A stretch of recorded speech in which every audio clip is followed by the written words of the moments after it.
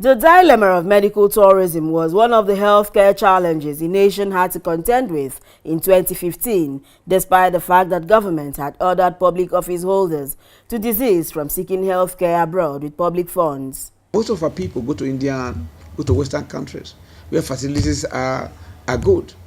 It's because governments of such countries have made it possible for such private entrepreneurs to develop their facilities to the best standards possible. The year under review also saw the nation grapple with challenges of maternal and child care, with several campaigns on immunization initiated by the National Primary Healthcare Development Agency. With modern technology available in the health sector, there is no reason why a woman should be dying as a result of childbirth.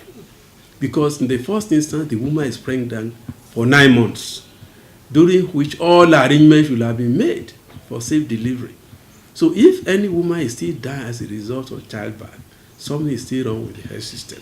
Children that are born newly are immunized through the routine immunization platform. We have vaccines in our primary care centers, we have vaccines in our secondary facilities, we also have vaccines in our tertiary facilities. However, for those children that are missed, that cannot be, are missed through routine immunization platform, we'll catch them through this follow-up campaign.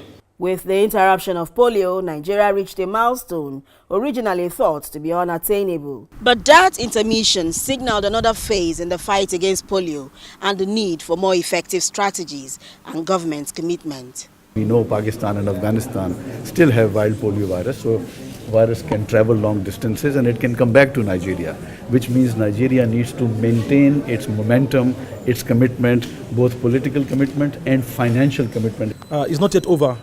Interruption is only a hurdle. We still have to march towards eradication. We need to continue to focus in ensuring that all children not only get polio, but get all the routine immunization. All the routine immunization is the cornerstone for eradication. The Ebola scare in Calabar was another event that tested Nigeria's preparedness to handle any public health challenge. Fortunately, the National Center for Disease Control was prepared. I think we rose to the occasion. We acted within 24 hours, and we could confirm what caused the disease in that young man within 72 hours. And we informed the nation. So we are not sleeping. We are not as strong as we would have loved to be because the budget is so small.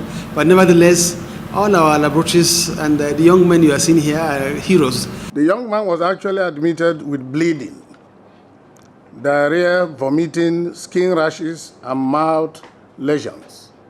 These are symptoms that are also very, very identical with that of Ebola. It is very, very clear that it has nothing to do with Lassa fever. It also has nothing to do with Ebola. But it is also good that we go further to also isolate the strains and also find out what is it, if it is not Lassa fever. The fact that we also participated in the African Union response to Ebola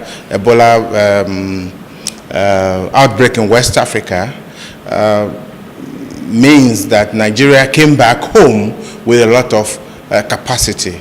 For healthcare analysts, Nigeria could have fared better if the National Health Act was actively implemented. With operationalization of the National Health Act, in short, most of the funds will be diverted to primary healthcare level. The basic health needs of all Nigerians will be satisfied. And we believe with that, it is possible the healthcare delivery will be improved. The National Health Act, which as you heard from this seminar, 1% of the entire government revenue should be allocated to the health sector. We're also advocating and sustaining the government to ensure that that money is also in the 2016 budget. But for others, public-private partnership is all that is needed to tackle the health sector challenge, especially cancer, stroke, and the HIV pandemic. If private facilities, for instance, have a health bank where they can get money to develop their place at very cheap prices. For instance, interest rates in commercial banks are up to 30-something%. If a private doctor borrows money to operate like that, he will not survive. He will become a dangerous doctor, because in the quest to be able to meet up with payment, the patients will bear the brunt. Funding of the sector was a major issue that hindered the needed development in the sector, considering that donor agencies became wary of Nigeria's spending culture. The issue of malnutrition in children received major attention by the UNICEF, while Nigerians were also encouraged to imbibe the culture of blood donation. Nigeria was part of the agreement signed on our soil here in year 2000, 2001, 2000, that 15% of the national health budget should be committed to health. Up to now, we have not gone beyond 6%. Because the Nigeria has now graduated from the low-income country to the lower middle-income country, automatically there are certain benefits from the donor community that will start reducing. And one of that money is immunization funding. The Global Alliance for Vaccine is supporting Nigeria every year to improve vaccine procurement. And this graduation means that the support will be going down every year, while Nigeria need to commit more money. Now, the issue of the HIV/AIDS fund, they are also aware. The American government, the World Bank, the Global Fund, they are all supporting Nigerian government to provide for HIV program. Now, that also support is also being reduced. So this is a call to Nigerian government to step up their own commitment and ensure that adequate allocation is made in all those areas where money is being cut down by development partners. Donor funding takes up about 80% of our response to HIV and AIDS. And you know, when a country, the economy has been rebased, Nigeria has moved up from being a low-income country to a middle-income country.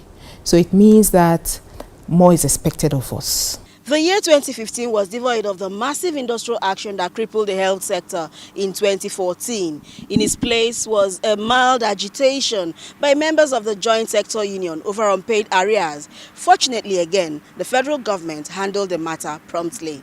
But analysts say the striking trend in the Nigerian system is because government has a tradition of reneging on agreements. I've come to understand from a series of governments, administrations we've had, that agreements are not kept. And as a result, the only way unionists push their demand is to threaten the government or administrations at that time with strike actions. Even where the dialogue, where the discussion was not, the measures were not met, what were agreed on the table, everybody did not agree, or we agreed, and eventually implementation, we didn't see it all coming. I don't believe striking action is the best way out. In any civilized society, dialogue plays a major role for development. Dialogue, dialogue, dialogue.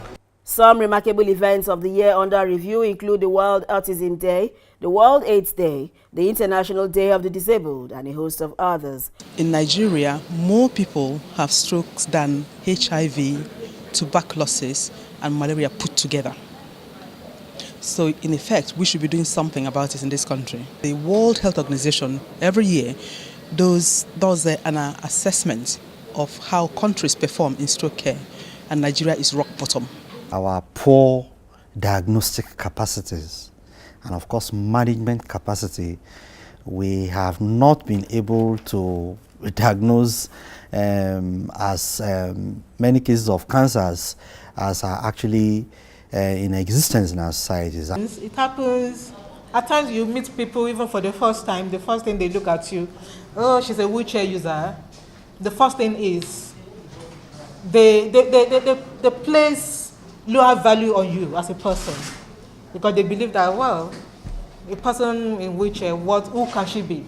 Everybody, irrespective of their level of ability or disability, to be as natural as possible, that they are able to do anything naturally without having any psychological regrets. We are constantly advocating to governments to make the environment more accessible We do have building codes that are very clear. The problem is the implementation of those codes. All the commemorations were geared towards highlighting major health threats as it afflicts Nigerians.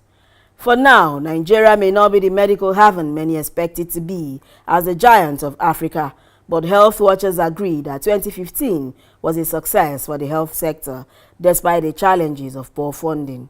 From Abuja, Chika Onyesi, STV News.